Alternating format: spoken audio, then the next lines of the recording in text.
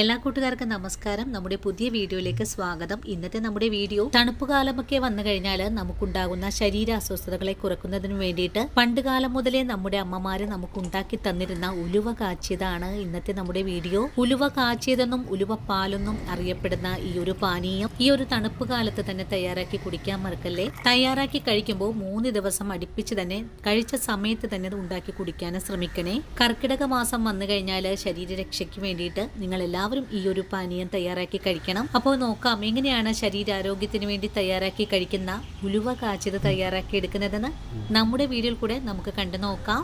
Video കാണുമ്പോൾ നിങ്ങൾക്ക് ഉപകാരപ്രദമായി എന്ന് തോന്നുവാണെങ്കിൽ നിങ്ങൾക്ക് ഇന്ന് കിട്ടിയ അറിവ് നിങ്ങളുടെ കൂട്ടുകാരിലേക്കൊന്ന് ഷെയർ ചെയ്ത് കൊടുക്കാനും വീഡിയോ കാണുമ്പോൾ തന്നെ നിങ്ങളുടെ വീഡിയോയിൽ ലൈക്കുകൾ തരാനും മറക്കല്ലേ. അപ്പോൾ നമുക്കുടൻ തന്നെ നമ്മുടെ വീഡിയോ കാണാൻ പോകാം.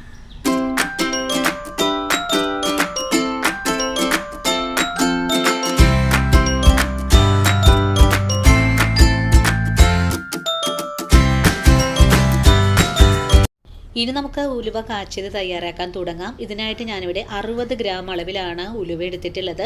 ഈ ഒരു അളവ് വെച്ചിട്ട് നമുക്ക് 4 പേർക്ക് 3 ദിവസം കഴിക്കാനുള്ള അളവുണ്ടാവും. ഇനി നമുക്ക് ഈ ഉലുവയെ ഒന്ന് കുതിർത്തി എടുക്കണം. രാത്രിയിൽ ഉലുവ കുതിർത്തി രാവിലെ നമുക്ക് തയ്യാറാക്കാൻ എളുപ്പമായിരിക്കും. ഞാനിപ്പോൾ വളരെ എളുപ്പത്തിൽ ചെയ്തെടുക്കാൻ പോകുന്നത് കൊണ്ട് തിളപ്പിച്ച വെള്ളം ഒഴിച്ചിട്ടാണ് ഉലുവ കുതിർത്തിയെടുക്കുന്നത്. ഉലുവ പാത്രത്തിലേക്ക് മാറ്റി കഴിഞ്ഞാൽ നല്ല വൃത്തിയായിട്ട് തന്നെ നമുക്കൊന്ന് കഴുകിയെടുത്തിട്ട് വരാം. അങ്ങനെ നമ്മുടെ ഉലുവ നല്ല വൃത്തിയായിട്ട് കഴുകിയെടുത്തിട്ടുണ്ട്. ഇനി ഇതിലേക്ക് തിളപ്പിച്ച വെള്ളം ഒഴിച്ചു കൊടുക്കാം. ഇനി നമുക്ക് ഈ ഉലുവ 3 മണിക്കൂർ നേരത്തേക്ക് ഒന്ന് കുതിർത്താനായിട്ട് മൂടി മാറ്റി വെക്കാം. 3 മണിക്കൂറിന് ശേഷം ഉലുവ ഒന്ന് തുറന്ന് നോക്കുവാണ്. ഇപ്പോൾ നമ്മുടെ ഉലുവ നല്ല പോലെ തന്നെ കുതിർന്നും വന്നിട്ടുണ്ട്. ഇനി നമുക്ക് ഈ ഉലുവ ഒരു മിക്സിയുടെ ജാറിലേക്ക് മാറ്റിയിട്ട് നല്ല പോലെ ഒന്ന് അരച്ചെടുത്തിട്ട് വരാം. അരച്ചെടുക്കുന്ന സമയത്ത് വെള്ളം പോരായ്മ വരുവാണെങ്കിൽ നമുക്ക് കുറച്ചുകൂടെ വെള്ളമൊക്കെ ചേർത്തിട്ട് വേണം അരച്ചെടുക്കാനായിട്ട്. കുതിർത്തിയ ഉലുവയിലേക്ക് 1 ഗ്ലാസ് വെള്ളം കൂടി ചേർത്തിട്ടാണ് ഞാൻ ഇതുപോലെ ഒന്ന് അരച്ചെടുത്തിട്ടുള്ളത്. ഈ ഒരു അളവ് നമുക്കൊരു 3 ദിവസത്തേക്ക് ഉണ്ടാവും. അതിനായിട്ട് ഞാൻ കുറച്ചും ഇവിടെ മാറ്റി വെക്കുവാണ്. അതിനുശേഷം നമുക്കിതിലേക്ക് ആവശ്യമായ ശർക്കര ഒന്ന് ഉരുക്കിയെടുക്കാം. ഞാനിവിടെ 100 ഗ്രാം അളവിലാണ് ശർക്കര ഒന്ന് കുതിർത്തിയെടുക്കാനും പോകുന്നത്. ശർക്കരയിലേക്ക് 2 ഗ്ലാസ് വെള്ളം ഒഴിച്ചാണ് ഞാനിവിടെ കുതിർത്തിയെടുക്കുന്നത്. ഇനി കുതിർത്തി അരച്ചെടുത്ത ഉലുവ നമുക്ക് ഫ്രിഡ്ജിലേക്ക് മാറ്റാവുന്നതാണ്. ഇനി ശർക്കര നമുക്കൊന്ന് തിളപ്പിച്ചെടുക്കാം. ഇനി ഈ ശർക്കരയിലേക്ക് 1 ഗ്ലാസ് വെള്ളം കൂടെ ഒഴിച്ചു കൊടുക്കാം. അടിയിലൊന്നും പിടിക്കാതെ തന്നെ ഉരുക്കി കിട്ടുന്നതിനായിട്ട് ഇതുപോലൊന്ന് ഇളക്കി കൊടുത്ത് വേണം നമുക്ക് തിളപ്പിച്ചെടുക്കാനായിട്ടും. ശർക്കര ഉരുകി വരുന്ന സമയം കൊണ്ട് നമുക്ക് ഇതുപോലൊരു അരമുറി നാളികേരം ഒന്ന് തിരുമിയെടുക്കാം. തിരുമിയെടുത്തതിന് ശേഷം നമുക്കിതിലേക്ക് ആവശ്യമായ പാല് കൂടെ ഒന്ന് പിഴിഞ്ഞു വെക്കണം. ഇപ്പോൾ നമ്മുടെ ശർക്കര നല്ലപോലെ ഉരുകി വന്നിട്ടുണ്ട്. ഇനി നമുക്കിതൊന്ന് അരിച്ചു മാറ്റാം. ഞാനിവിടെ 100 മില്ലി 1-ാം പാലും 500 മില്ലി 2-ാം പാലുമാണ് പിഴിഞ്ഞെടുത്തിട്ടുള്ളത്. നാളികേരത്തിന്റെ അളവ് കൂട്ടിയെടുക്കുന്നതാണ് നല്ലത്. നാളികേരത്തിന്റെ വില കൂടിയത് കൊണ്ടാണ് ഞാൻ ഇതുപോലെ കുറച്ചളവിൽ ചെയ്തിട്ടുള്ളതും. ഇനി 2-ാം പാലിലേക്ക് ഉലുവ ചേർത്ത് കൊടുത്തതിന് ശേഷം നല്ല പോലെ കട്ടകളൊന്നും ഇല്ലാതെ തന്നെ ഒന്ന് ഉടച്ചെടുക്കാം.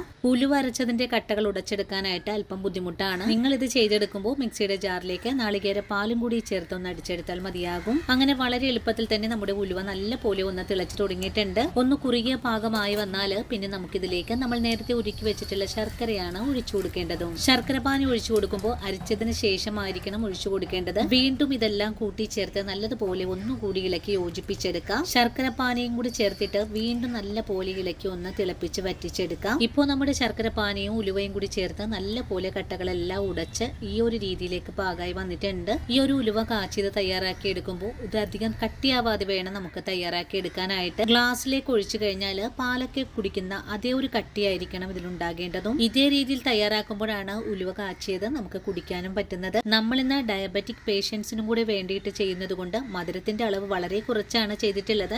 മധുരം കഴിക്കാനായിട്ട് ബുദ്ധിമുട്ടില്ലാത്ത ആൾക്കാർക്ക് കുറച്ചുകൂടെ ശർക്കരയൊക്കെ ചേർക്കാവുന്നതുമാണ്. അങ്ങനെ നമ്മുടെ ഉലുവ കാച്ചിയത് നല്ല പോലെ തന്നെ തിളച്ചുകൊണ്ടിരിക്കുവാണ്. ഇനി ഇതിന്റെ മധുരമൊക്കെ ഒന്ന് ബാലൻസ് ആകാനും വേണ്ടിയിട്ട് 1 നുള്ളുപ്പും കൂടി ചേർത്ത് കൊടുക്കണം. ഉപ്പും ചേർത്തിട്ട് ഒന്നുകൂടി തിളപ്പിച്ചെടുത്തതിന് ശേഷം നമുക്കിതിലേക്ക് 100 മില്ലി 1-ാം പാല് കൂടി ചേർക്കേണ്ടതാണ്. 15 മിനിറ്റ് കൊണ്ട് തന്നെ നമ്മുടെ ഉലുവ കാച്ചിയത് നല്ലതുപോലെ ഒന്ന് കുറുകി വറ്റിയൊക്കെ വന്നിട്ടുണ്ട്. ഈ ഒരു സമയത്ത് 1 സ്പൂൺ അളവില് ഏലക്കപ്പൊടി കൂടെ ചേർത്ത് നമുക്കൊന്നുകൂടി ഇളക്കി യോജിപ്പിച്ചതിന് ശേഷം ഫ്ലെയിം അങ്ങ് ഓഫ് ചെയ്ത് കൊടുക്കാം. ഫ്ലെയിം ഓഫ് കൊടുത്തതിന് ശേഷം നമ്മൾ എടുത്തു വെച്ചിട്ടുള്ള 100 മില്ലി 1-ാം പാല് കൂടെ ഒഴിച്ചു കൊടുത്തു കഴിഞ്ഞാൽ വളരെ ഹെൽത്തി ആയിട്ടുള്ള ഉലുവ കാച്ചിയത് ഇവിടെ റെഡിയാണ്. ഇനി ചെറിയ ചൂടോടുകൂടി തന്നെ നമുക്ക് സെർവ് ചെയ്യാൻ പറ്റുന്നതുമാണ്. ഈ ഒരു ഉലുവ നിങ്ങൾ കാച്ചിയെടുക്കുമ്പോൾ അധികം കട്ടിയായിട്ട് കാച്ചിയെടുക്കരുത്. ഇത് ചൂടാറി വരുമ്പോഴേക്കും നല്ല കട്ടിയായിട്ട് വരും. അപ്പോൾ നമുക്കത് കുടിക്കാനും വളരെ ബുദ്ധിമുട്ടായിരിക്കും. അപ്പോൾ ഈ ഒരു തണുപ്പ് കാലത്ത് നമുക്കുണ്ടാകുന്ന കാലുവേദന, നടുവേദന, അസ്വസ്ഥതകള് അതെല്ലാം ചെറുക്കാനായിട്ട് എല്ലാവരും 3 ദിവസം ഇതുപോലൊന്ന് കഴിച്ചു നോക്കണം.